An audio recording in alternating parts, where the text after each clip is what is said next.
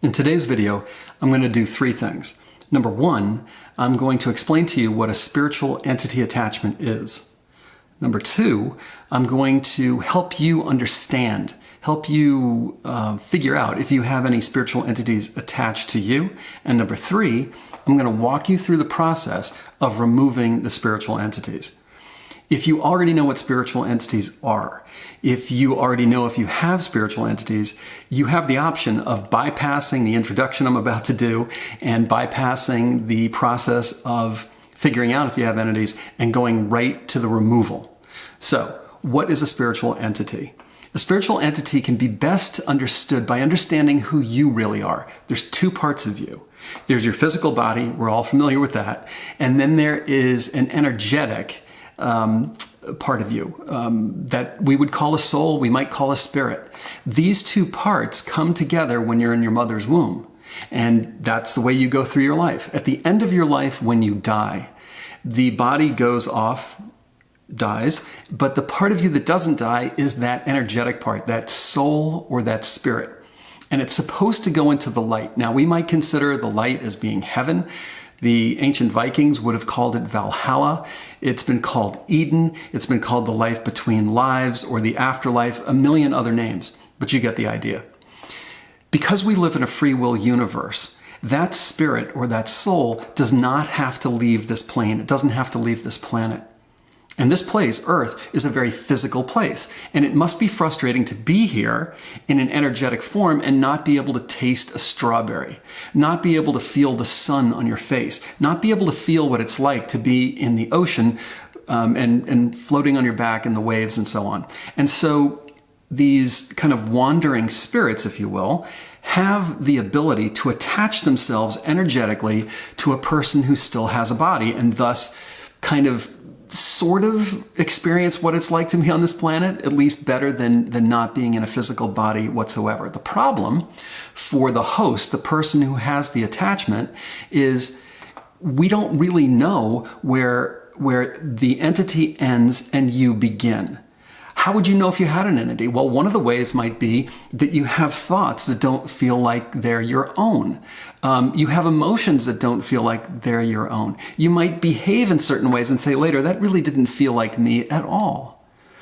So if you have these entities attached to you, it's actually really important, vital in fact, I think, to remove them so you're clean. And again, we know what we're dealing with as far as you are concerned. Now, what would make you vulnerable to an attachment by an entity? Well, the first thing would be if you're in a prolonged low vibratory state. In other words, if you are in a state of depression for a long period of time, if you go into frequent rages and you're really, really angry, or other kinds of low vibratory emotional states, that can create a sort of opening that can allow an entity to attach to you.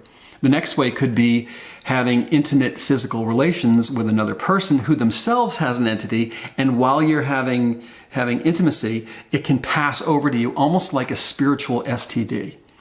The next way, and the most common, would be the use of the sort of heavier use of drugs and alcohol. Now in English, we have several words for alcohol: alcohol, booze, liquor, and spirits.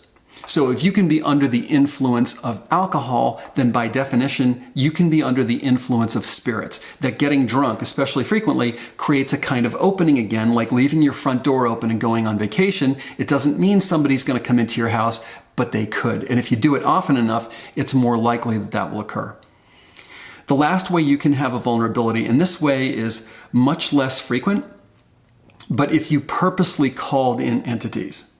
And that doesn't have to be kind of, sort of a conscious intention. It can be a joking way. In the spirit world, there is no such thing as a joke. Everything is taken literally. So, I'm going to move now onto the process of determining if you have an entity attached. And again, if you already know that you do and you want to skip ahead to the removal process, please feel free to do so. So, this is a pendulum. This is one of the mechanisms that you can use to determine if you have an entity attachment. This is the one that I prefer. If you have one, or if you want to make one, because it doesn't have to be perfect, it can be a piece of string, it can be a piece of dental floss, maybe, I don't know, 6-7 inches long with something heavy at the end like a ring or like a washer or a nut. So if you want to go get that now, just pause the video.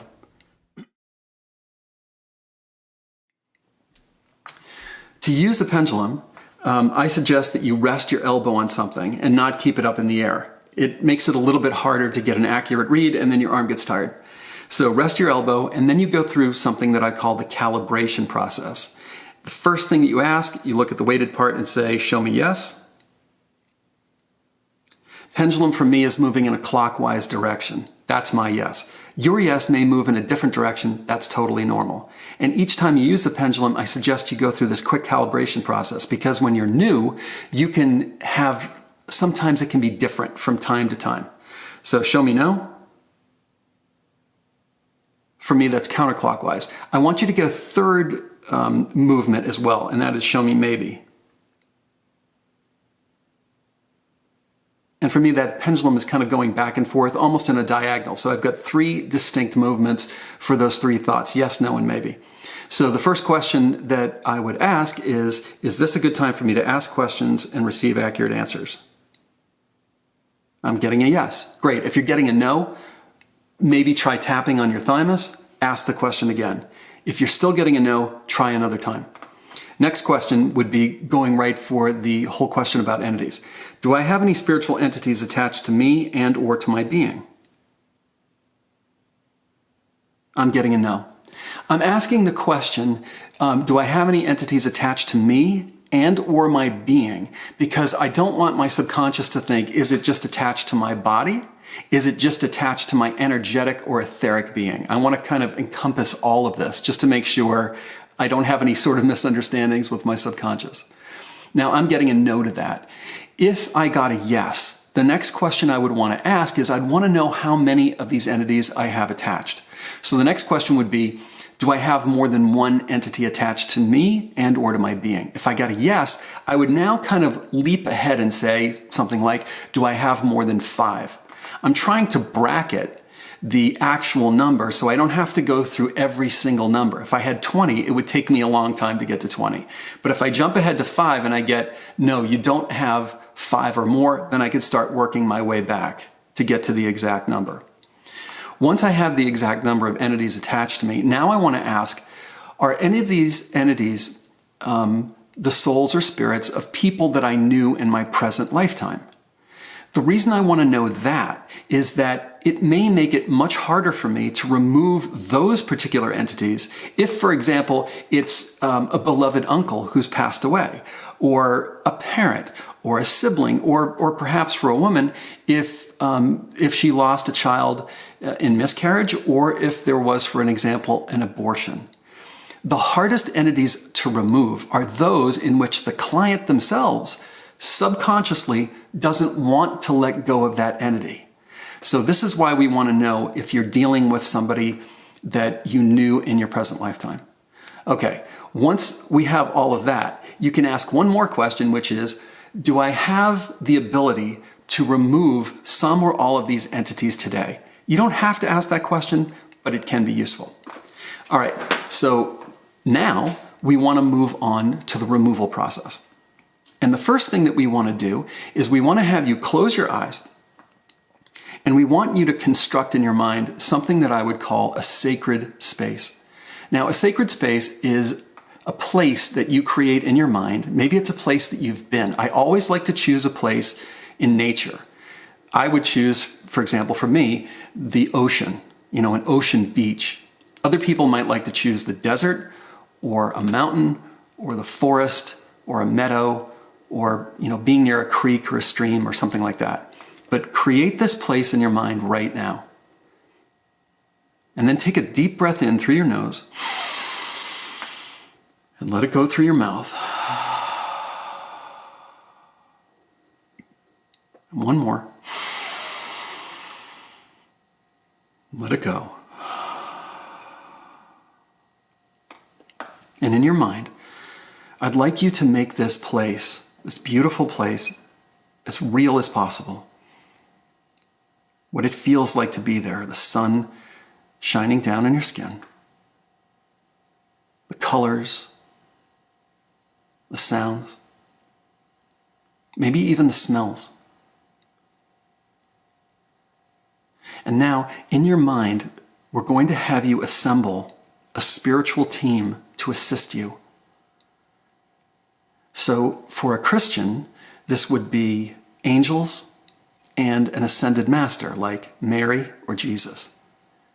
If you are of a different faith or a different belief system, you can just substitute beings, loving beings in your system that perhaps work better for you.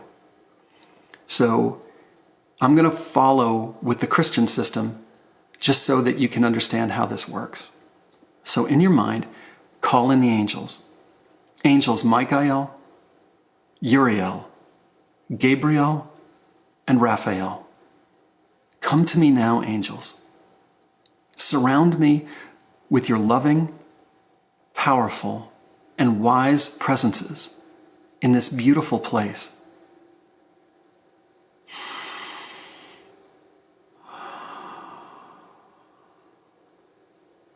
And notice when you can feel their presence, or when you can hear them, or when you can see them with your inner sight, with your inner feeling, or simply with your inner knowing. Trust yourself. And when you have a sense that they are present, it's time to call in the Ascended Master or a spirit guide. Ascended Master or spirit guide, come to me now. Stand by my side in this beautiful place. I require your assistance.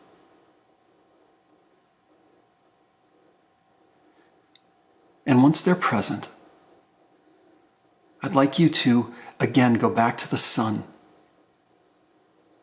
and see and feel the sun shining down on your face, warming your body, filling your body with this powerful golden light, like a golden light of unconditional love, filling you up from the inside out so that you are glowing.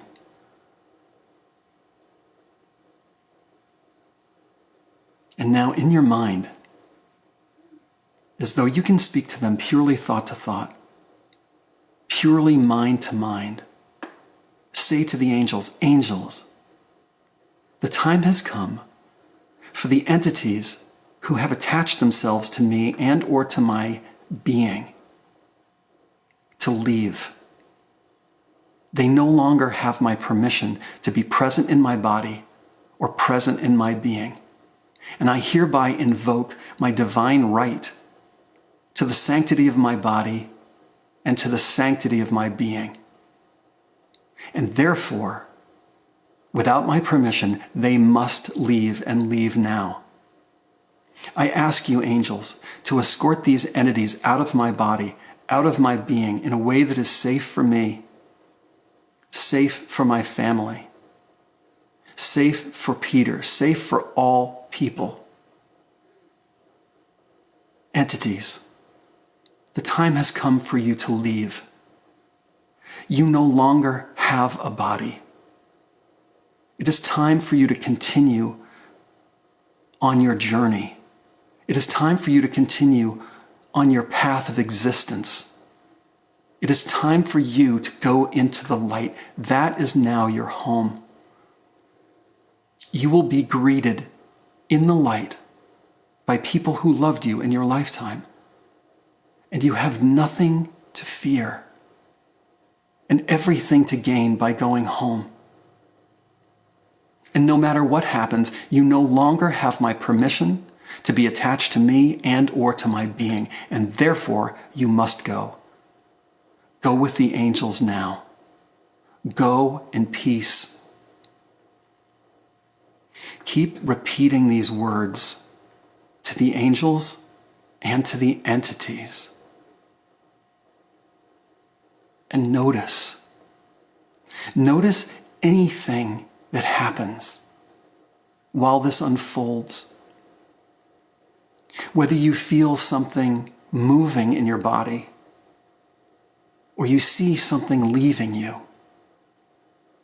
or you hear something in your inner ear, or you have an inner knowing that something important is occurring. Often people feel a sense of lightness. They can often identify a part of their body where something is occurring, where these entities are leaving. So we'll take a few more moments to continue with the words of entities. It's time for you to go. It's time for you to leave. You no longer have my permission to be present in my body or my being. And according to divine law, you have to go. Go with the angels.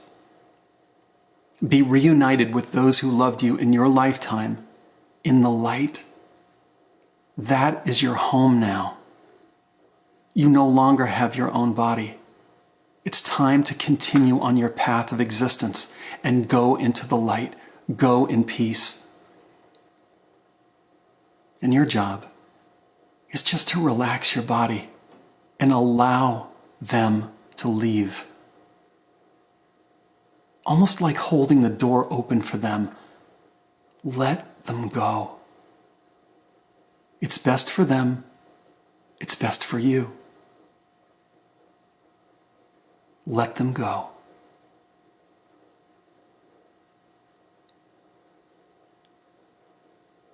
And now, ask the Ascended Master or your spirit guide or the angels to please fill you again with the light of the sun. This golden light, warm, unconditional love, filling you from the top, from your head, all the way down your body to your feet. The golden light filling you from your shoulders down to your hands and fingers. Bringing the light to the places that were dark. Filling in the voids that were created by the departure of these entities. Filling you so full of this golden light that you are glowing in the light. Breathe in the light.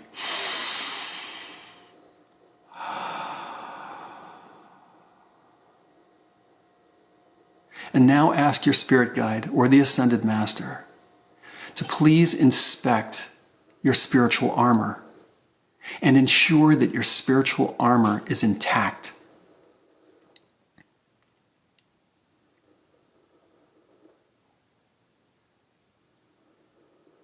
And now before you go, ask the guide or the Ascended Master if they have any advice or wisdom they wish to share with you now.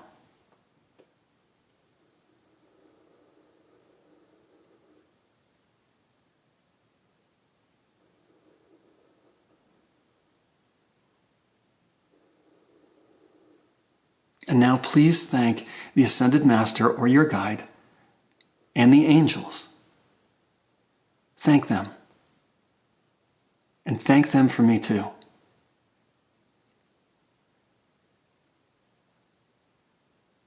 In a moment, I'm going to count from 1 to 5. And when I count the number 5, open your eyes, fully reorienting yourself with this time and place and noticing if you feel better than before. 1 and 2. Begin drifting back to the present time and place. Let your body be free. 3, coming back, perhaps feeling lighter than before. 4, coming back, almost all the way back, eyes clear. body grounded to the Mother Earth.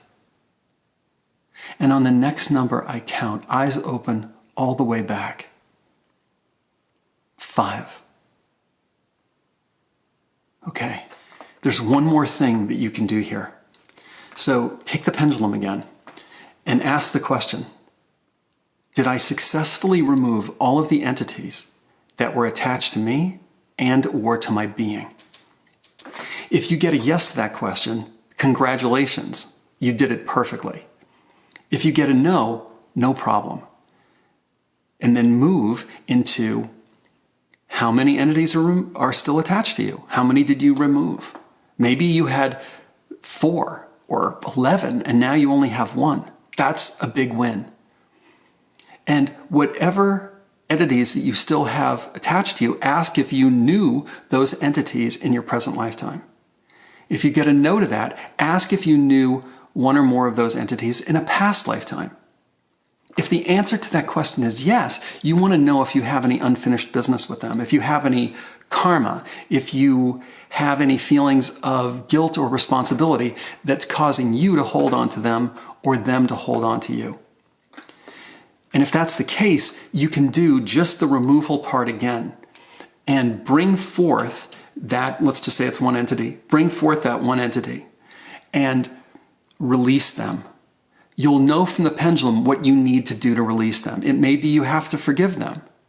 It may be that you have to ask for their forgiveness. It may be that you have to have the intention of balancing or removing the karma between you, which is always done, in my opinion, through forgiveness and being forgiven. And if you're able to use those techniques, then I think you will probably be successful if you weren't able to remove all the entities the first go round. So I hope this has been helpful. Best wishes to you, and we'll see you in the next video. Take care.